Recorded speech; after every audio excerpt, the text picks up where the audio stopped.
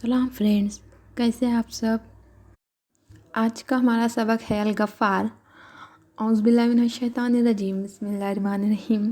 ہم پناہ مانگتے ہیں اللہ کے دھتکارے ہوئے شیطان سے۔ شروع اللہ کے نام کے ساتھ جو بہت مہربان نہایت رحم کرنے والا ہے۔ ہمارا آج کا اسم الحسنی ہے الغفار۔ الغفار ان ناموں میں سے ہے جن کے معنی سے ہم بچپن سے واقف ہوتے ہیں۔ غفار یعنی معاف کرنے والا، لیکن کیا بس اتنا ہی معنی ہے اس کا؟ یہی تو خاص بات ہے عربی زبان کی۔ اس میں معافی کے لیے بھی کئی الفاظ استعمال ہوئے ہیں اور ہر لفظ کا معنی دوسرے سے مختلف ہے، کیونکہ ساری معافیاں ایک جیسے نہیں ہوتی۔ غفار کا لفظ نکلا ہے غفر، غین فے رے سے۔ غفر کہتے ہیں چگے کو۔ غفر ہیلمٹ کو بھی کہتے ہیں۔ چگا یا ہیلمٹ کیا کرتے ہیں؟ یہ کسی کے جسم یا سر کو ڈھانپ دیتے ہیں۔ اسی سے غفر کا معنی ہے ڈھانپ دینا۔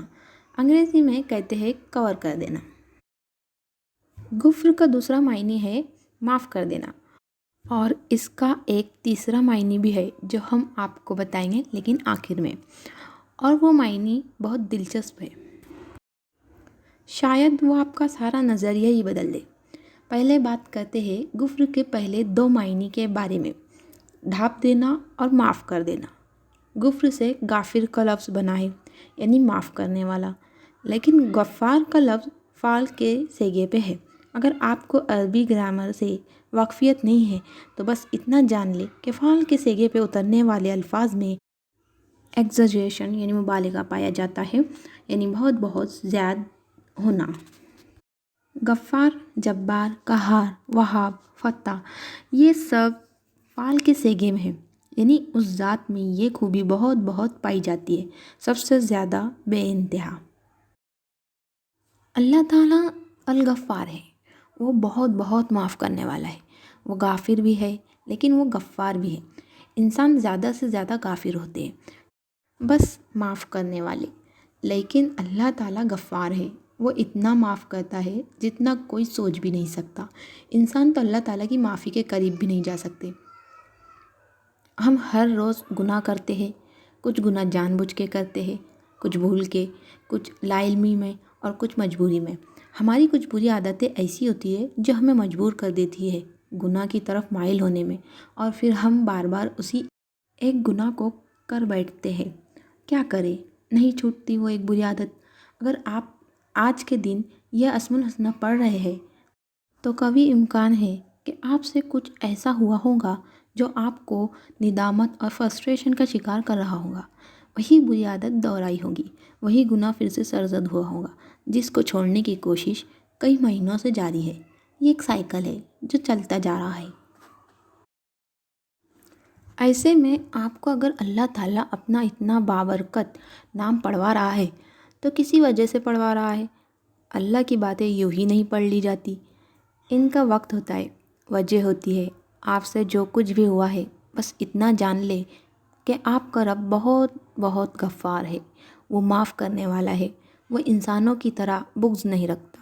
وہ جب معاف کرتا ہے تو سلیٹ صاف کر دیتا ہے۔ وہ ہر روز آپ کو ایک نیا موقع دیتا ہے۔ آپ سے ہر روز 1,00,000 گناہ بھی سرزد ہو جائے، ہر سانس کے ساتھ گناہ سرزد ہو، وہ تب بھی آپ کو معاف کر دے گا۔ جتنی دفعہ آپ اس سے معافی مانگیں گے، یہ نہیں ہوتا کہ آپ نے ایک گناہ کیا اور اس کی گڈ بکس سے نکل گئے۔ آپ نے یہ کیوں سوچا کہ میرے اس گناہ کی وجہ سے اب اللہ مجھ سے نفرت کرے گا، اب وہ مجھ پہ اپنا قہر نازل کرے گا، اب بس میں اس کے ملعون لوگوں میں سے ہو گیا ہوں۔ ایسا نہیں ہوتا۔ اللہ تعالیٰ آپ کو اپنا یہ نام پڑھوا رہا ہے تاکہ آپ کو پیغام مل سکے کہ اس کی معافی بہت بڑی ہے۔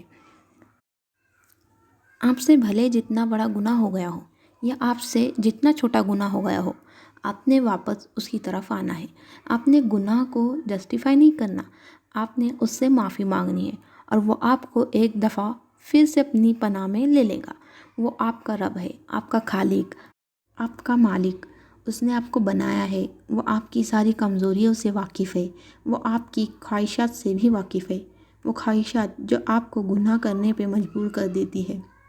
جب تک آپ کو احساس گناہ رہے گا اور آپ معافی مانگتے رہیں گے اور آپ ہر روز اس گناہ کو چھوڑنے کی کوشش کریں گے، بھلے اس کوشش میں روز ناکام ہو، لیکن کوشش ہر روز دوبارہ نئے سرے سے شروع کرے، تب تک وہ آپ کو معاف کرتا رہے گا۔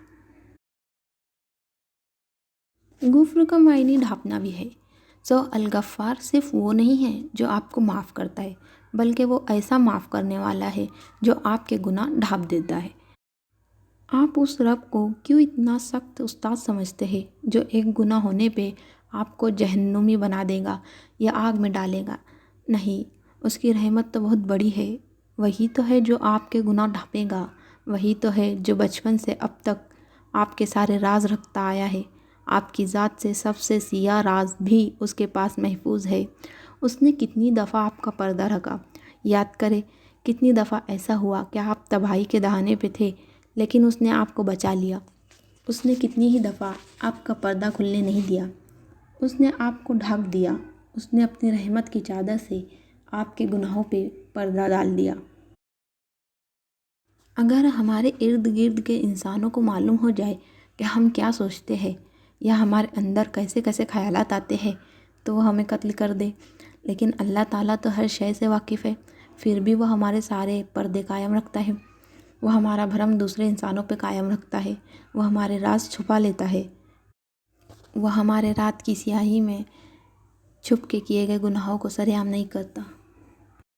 کبھی کبھی وہ آپ کے کسی ایک خفیہ گناہ کو ہلکا سا کھول بھی دیتا ہے۔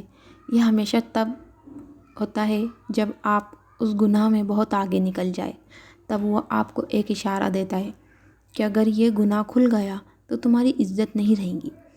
وہ یہ آپ کی بھلائی کے لیے کرتا ہے تاکہ آپ واپس پلٹ آئے۔ اگر اس گناہ کے کھلنے سے آپ کی عزت میں کمی ہوئی بھی ہوگی تو وہ اگر آپ اس سے معافی مانگ لے تو وہ آپ کو واپس آپ کی کھوئی ہوئی عزت دلا دے گا۔ عزت اسی کی ہے، ساری کی ساری عزت وہ اپنی مرضی سے اسے لوگوں میں بانٹتا ہے، اس لیے آپ نے عزت بھی اس سے ہی مانگنی ہے۔ اپنے گناہوں کا پردہ برقرار رکھنے کے لیے بھی اسی کو کہنا ہے اور معافی بھی اسی سے مانگنی ہے۔ اگر آپ کسی ایسی بری عادت کا شکار ہے جو نہیں چھوٹ رہی، بار بار آپ ایک ہی سائیکل میں پھنسے چلے جاتے ہیں، تو اس کے لیے سب سے بہترین دوا قرآن ہے۔ آپ خود کو قرآن کی تعلیم کے ساتھ جوڑیں۔ ضروری نہیں کہ طالب قرآن کا کورس ہی جوائن کرے، بلکہ کوئی بھی کورس جوائن کر لے اور خود کو زبردستی سبق پڑھوائے یا سنوائے۔ ایسا نہیں ہوگا کہ بری عادت ایک دن میں چھوٹ جائے گی، اسے کئی مہینے لگیں گے، لیکن اگر آپ خود کو زبردستی ہی صحیح قرآن کے ساتھ جوڑے رکھے تو قرآن اس عادت کو آپ کی زندگی سے دھکیل کے باہر نکال دے گا۔ صرف دو چیزیں ہو سکتی ہیں، یا وہ عادت قرآن کو باہر نکال دے یا قرآن اس عادت کو۔ اور اگر آپ سے وہ عادت نہیں چھوٹ رہی تب بھی قرآن کو نہ چھوڑے۔ کبھی بھی ہرگز نہ سوچے کہ آج میں نے وہی گناہ پھر سے کر لیا ہے، اب تو میں قرآن کی اہل نہیں ہوں تو بس آج سبق نہیں پڑھوں گی۔ ہرگز نہیں، آج تو آپ نے لازمی سبق پڑھنا ہے۔ آپ کا جسم گناہ کرتا ہے، اپنے کانوں اور آنکھوں کے ذریعے جسم میں روز قرآن کو داخل کرے، پھر آپ کی اس بری عادت سے مقابلہ قرآن کرے گا۔ اس سے زیادہ طاقتور کون ہے؟ وہ آئے گا اور وہ بار بار اندر آئے گا، تو ایک دن اس گناہ کو آپ کے جسم سے نکلنا پڑے گا۔ یہی سارا فلسفہ ہے جس کو سمجھنے کی ضرورت ہے۔ آپ نے بس خود کو قرآن کے ساتھ جوڑے رکھنا ہے۔ غفر کا ایک تیسرا معنی ہے دولت میں بے تحاشا اضافہ ہونا۔ اب یہ معنی بہت دلچسپ ہے۔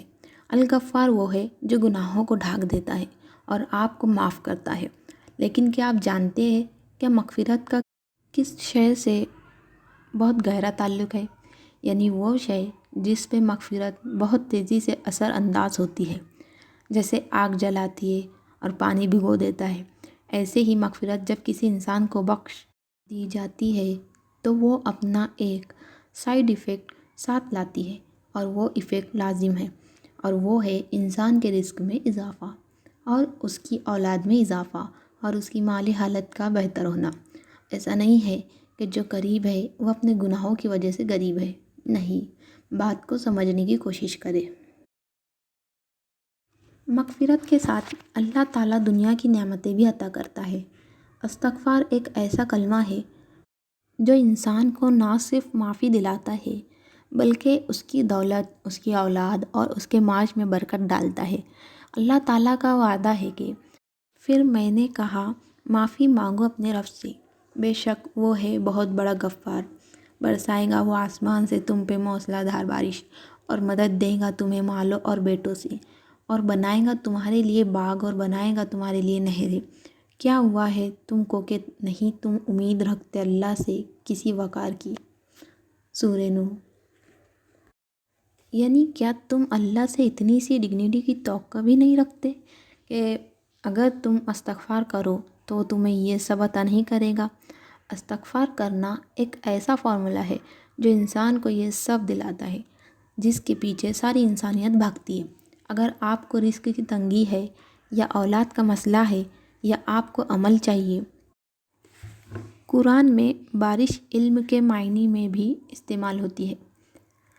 یا آپ کو نعمتوں کی بارش چاہیے، باغ، نہریں، یعنی بہت سی پراپرٹی چاہیے، ایسی پراپرٹی جو آپ کو گھر بیٹھے روزی کھلا سکے، جس کو ہم پیسیو انکم کہتے ہیں، تو یہ سب آپ کو ہر روز استغفار کرنے سے ملے گا۔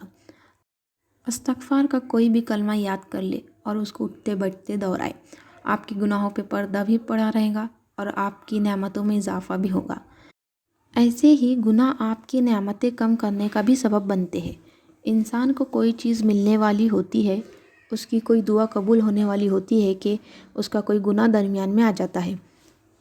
اللہ تعالیٰ سے دعا کرتے ہوئے یہ ضرور مانگا کرے کہ وہ گناہ جو آپ کی دعا کی قبولیت کے راستے میں رکاوٹ ہے وہ اس کو معاف کر دے، اور دیکھیے گا آپ کی زندگی ہی بدلتی جائے گی۔ آج کا سبق بس اتنا ہی، انشاءاللہ کل نئے سبق پہ بات ہوگی۔ آج کے سبق کے درمیان میں طالب قرآن کورس کا ذکر آیا ہے۔ یہ نمرہ احمد کا ہی کورس ہے، اگر آپ جوائن کرنا چاہتے ہیں تو انسٹا پہ جا کے نمرہ احمد کو فالو کر لے۔